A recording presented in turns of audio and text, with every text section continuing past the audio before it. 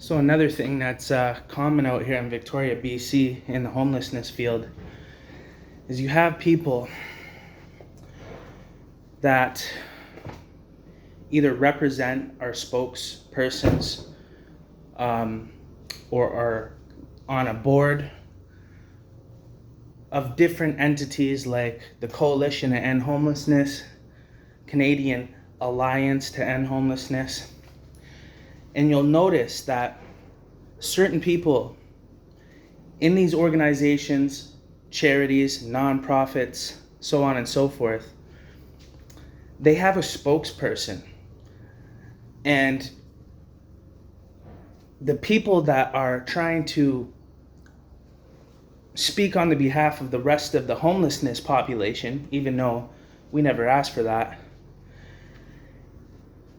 in a way that basically makes them look like a hero to the community, to the public, but it also concretes their position in fundraising. So when you see them out there raising funds for homelessness research, like we need any research for homelessness, anyways, what they need to do first is they have to come up with a story. Because one of the things that probably gets used against them a lot is we want people with real lived experience that are really from the street, that have 10 years plus, have been to jail, been homeless, and we've seen it and we know it for long, long periods of time. Not a week, not 2 weeks, not 2 months, not a year, 5 years, 10 years. Because these people have in-depth experience in homelessness, and if they have overcome homelessness after going through extreme homelessness for a prolonged period of time, 5 to 10 years, that would make them the most qualified to be working in these homelessness related fields, because they have the most in-depth perspective and experience in that profession, if that's what these people are calling it, which is exactly what they're calling it. It's a business to them, it's a profession, it's a field, it's a career, it's an employment opportunity for them. It's an opportunity for them to raise funds. But here's the trick. So they get these people with fake lived experience to be the spokespeople and to do this advocacy and to raise funds in the public and stuff. But what secures them is their fake story of their lived experience. Now here's the thing, okay? It's hard for a normal person that hasn't been through street elements. They haven't been homeless, they haven't been to jail, they haven't sold drugs, they never did any, they weren't involved in gangs. They don't understand the language of the streets and the code of ethics behind it and what it does to a human being, because it does a lot, and it changes who you are visibly, and it changes who you are and how you speak, how you carry yourself, how you present yourself, how you deal with situations. The real trauma is visible. To somebody that's really been through homelessness or addiction, the trauma is visible. And there is a universal language that is spoken by the people of the streets, the homeless, the criminals, the gangsters, all of that stuff. We have a universal code of ethics and language that we communicate by and we identify each other by. And if you don't fit that criteria, right, then we know how you talk, how you act, how you operate, how you even look, if you're really from that life or not, because it carries a burden. It does something to you permanently that you can see forever in someone. And people on the outside look at that and they see pain, they see trauma, they see damage. But to us, it's our strength. It's what made us tough. It's what made us smart, wise. We beat the street. We beat the jail system. We beat the corrupt, slave system. We beat homelessness. Even though the odds were against us. So in Victoria, BC, there's all of these people with fake lived experience, and that secures them in these organizations, agencies, and entities, but nobody has ever challenged them.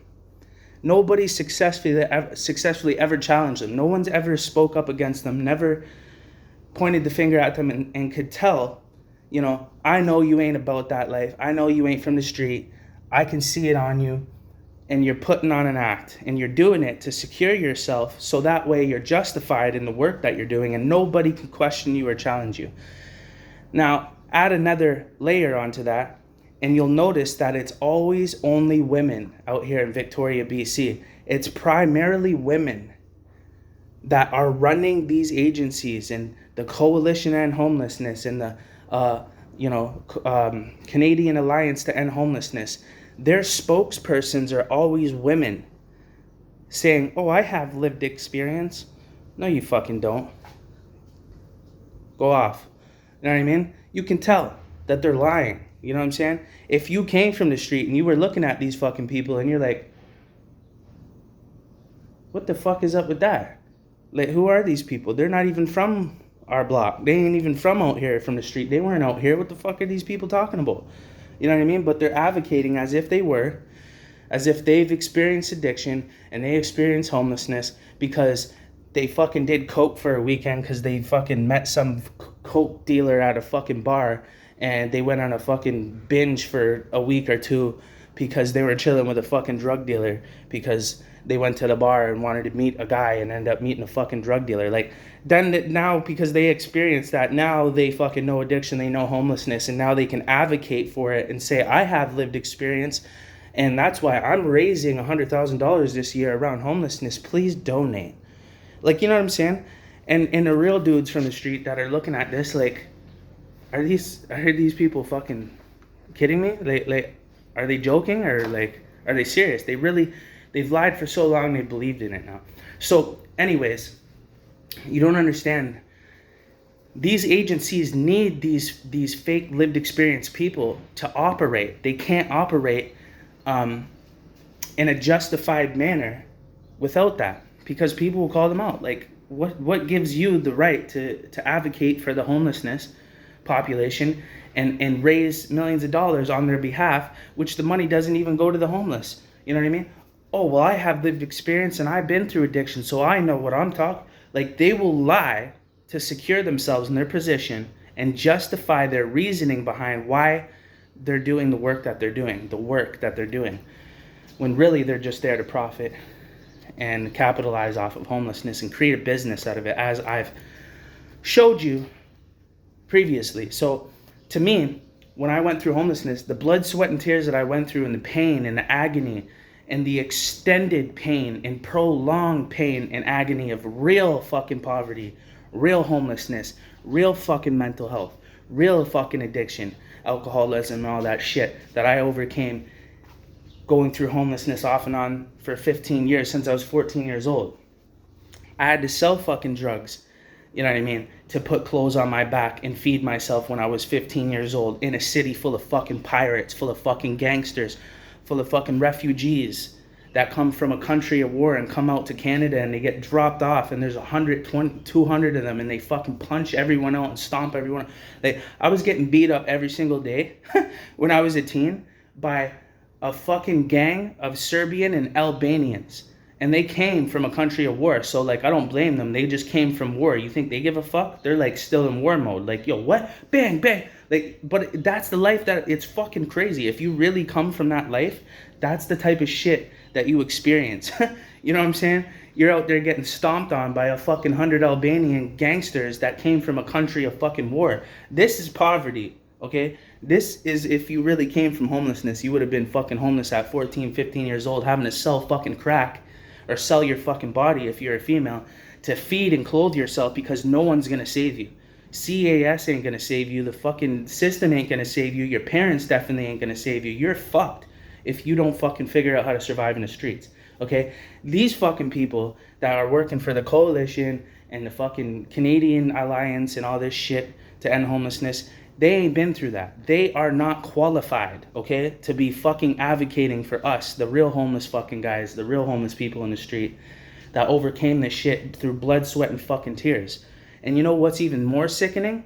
They won't let us, the real guys, in to their agency, to their organization, because they have their little set of fake lived experience people to secure that, right? They want to keep those people. They don't want to let people like me in because I will actually see what they're doing and know that they're fake and flip the whole fucking thing on their heads.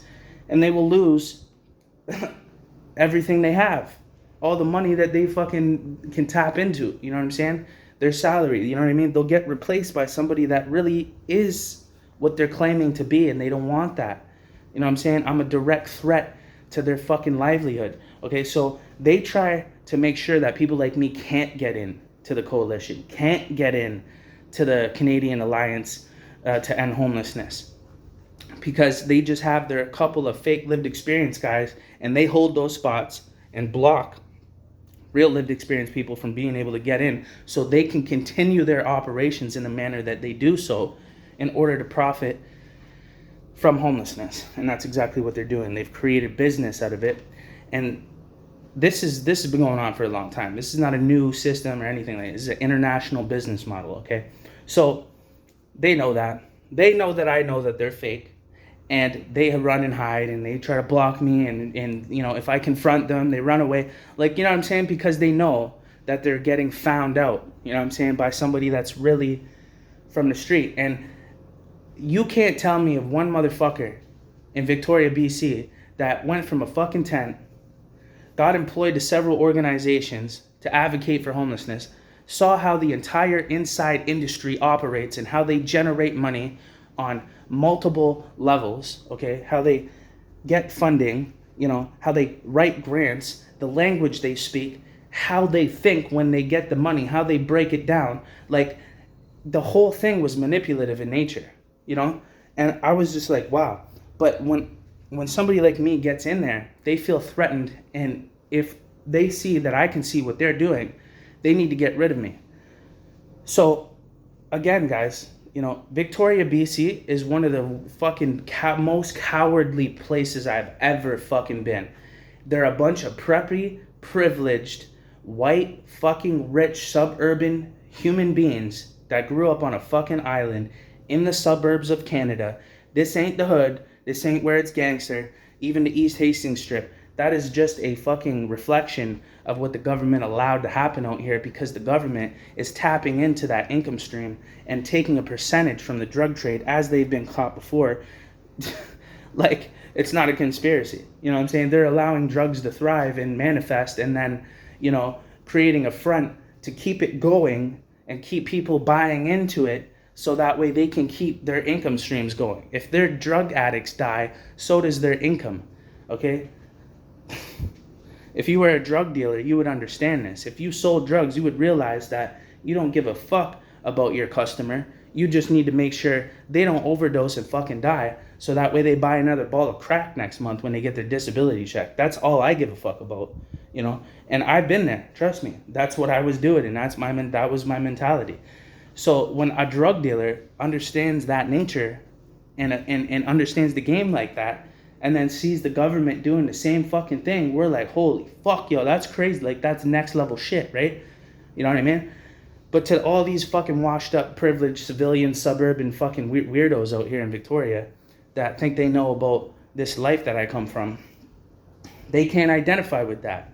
And they think I'm fucking crazy. They don't believe in what I'm saying because they don't have the experience. But these are the same fucking people that work for the Coalition to End Homelessness, the same fucking people that are on boards, you know, the same people that work for the Canadian Alliance to End Homelessness that shouldn't even be there, shouldn't be handling money, shouldn't be fucking there in the first place, claiming that they belong there. But the only thing that can secure them is saying, I have lived experience and you can't take that away from me. Block. You know what I mean? Okay.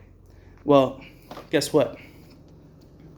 The real dudes from the street and the real women that really went through addiction in the streets, you can see scars on their fucking faces. You can see it. Okay, you can't hide something like that. You can go ahead and say, oh, well, I cleaned up and I fixed up and blah, blah, blah. So did I.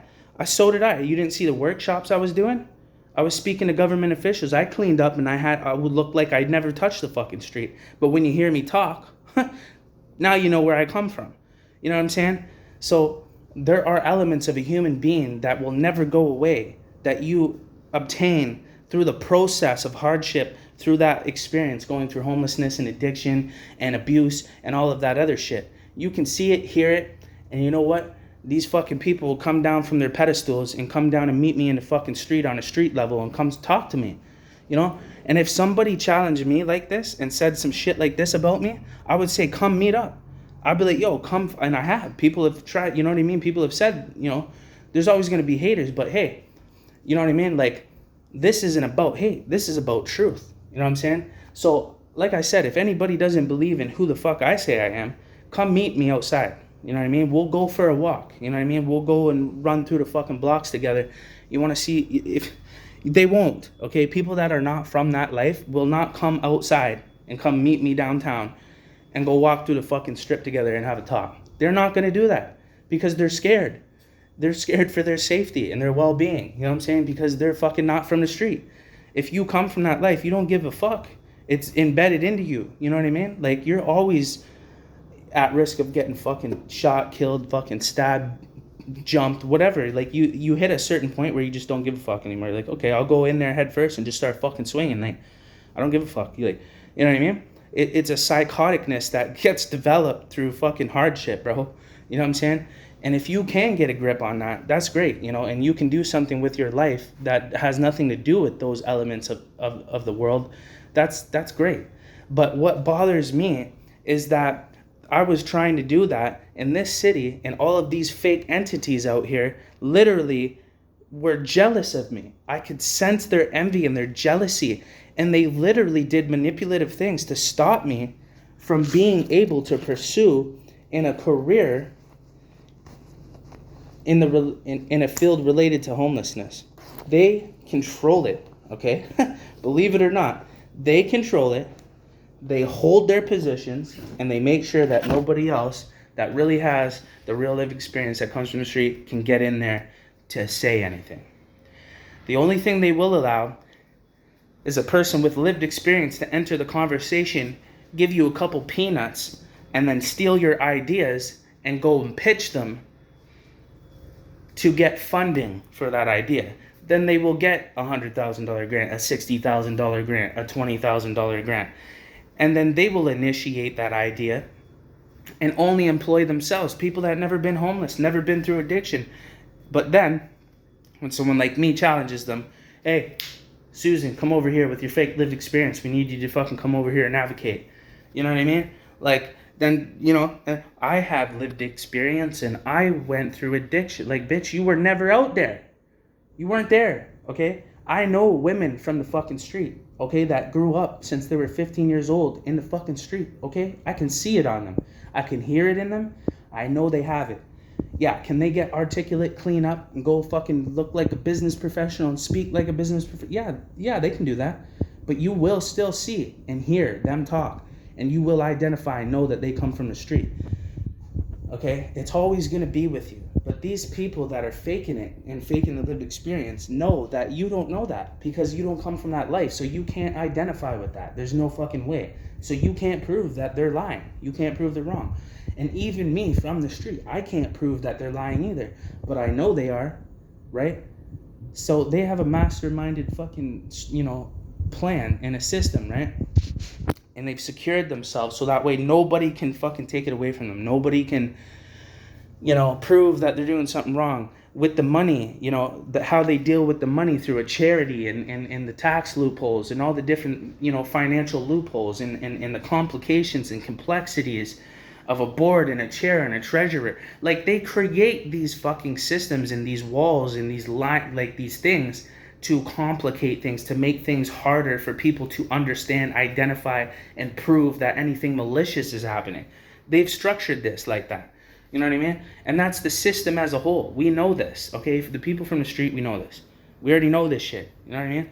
We already know. That's why we don't participate in society and we don't contribute to the system. Because you got these fucking wolves in sheep's clothing running these agencies that have to do with homelessness, mental health, and addiction, and they're literally lying through their fucking teeth. These are the most demonic, fucking lying, manipulative people that could ever exist on the planet because they are taking advantage of the most vulnerable population of the fucking world, and they're doing it with a smile on their face. They are fucking demon snakes, believe me, okay? I've revealed a couple to them to themselves, and they showed their true colors, and they fucking knew I knew.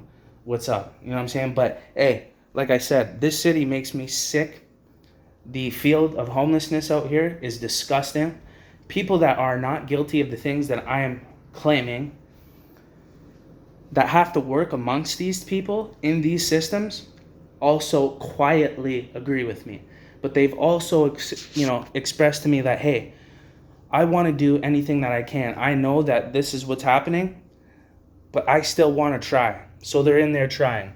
And a lot of them become defeated and they resign and they quit. And I have hundreds of screenshots, okay, of people, ex-employees of our place, of the Salvation Army, Canadian Alliance to End Homelessness, people that worked in other sectors that were connected to them, that saw the corruption and quit. They resigned. They've contacted me privately and they don't want to go public because, for obvious reasons, because if you do, they will close you out of their whole world. You know what I'm saying? You'll never get a job again in that field, in that related to homelessness or whatever field that's connected to that. Okay? You will be shut. You'll get blackballed, bro. You know what I'm saying? And that's what they did to me. They did that to me. And they let me go back to a fucking tent, back to homelessness. A sober guy that deserves a fucking chance, that has more experience in homelessness than any of these CEOs or any of these fucking people that are running the Coalition to End Homelessness in Victoria, BC, or the Canadian Alliance to End Homelessness, or any of these fucking fake-ass charities and agencies. These people, you can look at them and tell they ain't from the street. We need a leader. We need a fucking leader. We need somebody that overcame this shit, that knows it in fucking depths. Okay? Real dark fucking depths. And survived. Because less than 1% that come from that world fucking survive, buds. You know what I mean? They don't make it. They don't get through addiction. They don't make it out of the fucking criminal injustice system. They stay fucking trapped and looped. And that's the system keeping you trapped and looped. It is designed to keep you trapped and looped. So if one motherfucker sees that and smashes through in a desperate attempt to fucking survive, knowing that the system is there to swallow them up, that changes your fucking levels of motivation and ambition to want to survive. Like, you'd be surprised at how much a human can do when you know something's trying to kill you. You know what I'm saying? Like, shit gets different. You know what I'm saying? So when I knew the system was trying to kill me and it was trying to oppress me and stop me from making it, I did things in such a way, it fucking almost killed me. Okay? I'm still having health problems from going that hard to make it out of homelessness. Okay? And to get into the advocacy shit, like, you gotta be smart, man. You gotta be really smart and you gotta play, like, and I'm a hothead. I got a fucking temper. So they're probably thinking, how the fuck did he even get that far? How did he get that far if this is who he is? Well, here's the thing. If you know already, if you didn't know, and you went into that field and you saw something was wrong, it would affect you emotionally, extremely, to the point where you couldn't take it no more. You would break character, you would get fired, you would quit, you would say something out of character, which would get you, removed, and you wouldn't be able to make it that far. But because I knew that it was wanted that, and I could see that it was trying to get that reaction out of me, people were trying to get that reaction out of me, I'm telling you, it got to levels where people were trying to brainwash me and literally pay me money to suggest that I stop doing what I'm doing and speaking out, and maybe I should take counseling. Like, buddy, that's how desperate they are to keep me out of this and from exposing what's happening. They're willing to fucking pay me to be quiet. Like, you know what I'm saying? Because they know they can't stop me. And it's going to affect their finances. It is. It's going to affect, like, if this goes on long enough, and I really get out there in the field, which I am, and I'm going to continue, there's nothing they can do to stop me. Their whole pyramid scheme is going to get fucking exposed. The fucking whole public and this whole city is going to know about it. They're going to think twice. A lot of people are still going to stay, obviously blind to the facts.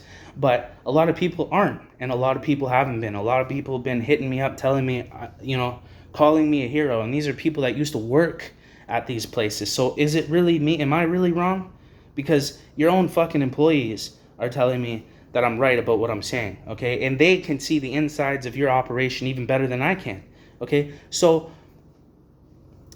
they know that they've been exposed, they just don't give a fuck. Like, they know that they have such a grip and such a hold that there's nothing much that anybody can do. But over a period of time, you keep fucking hammering, you're gonna chisel away and chisel away and chisel away until there is a significant fucking difference, okay? And their funding is gonna go down, down, down, down. And that's taken out of their fucking mortgage, that's taken out of their lifestyles that they've built up, that now they have to maintain financially, okay? Putting them in a serious situation and even putting them at risk of being investigated, right? So people are gonna start resigning, they're gonna take what they made and what they got and fucking dip and resign. And I've already seen it happen. It's happening at Kool-Aid and other places.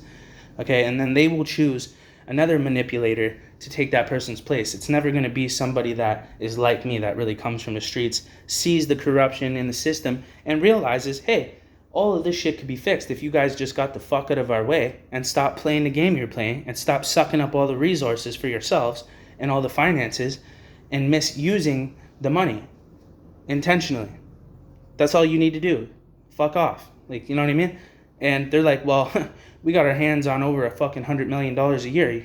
You're gonna have to kill us to make us fuck off because we ain't letting go of that bag, motherfucker. You know? And I don't blame them. I wouldn't let go of fucking over $100 million a year either. You would have to fucking kill me too, you know? And hey, if you step on me for no fucking reason and you try to snuff my ability out for me to survive and you cause me fucking internal damage in any way, shape, or form, well, you've just put yourself in the fucking middle of a war that I can't even stop now.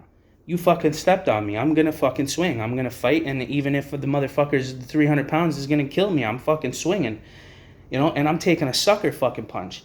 And I hope that knocks you the fuck out. And it might. You know what I'm saying? If it doesn't, that's okay. There's tools for that after. If you get back up, I got fucking 10 more things to hit you with. Like, it's just gonna keep going. If you really want to, you know, bully people, pick on people, take advantage of this shit and make a business out of this, and you think that you're going to get away with it and nobody's going to come and fucking take your shit, you're out of your fucking mind. That's not how it works.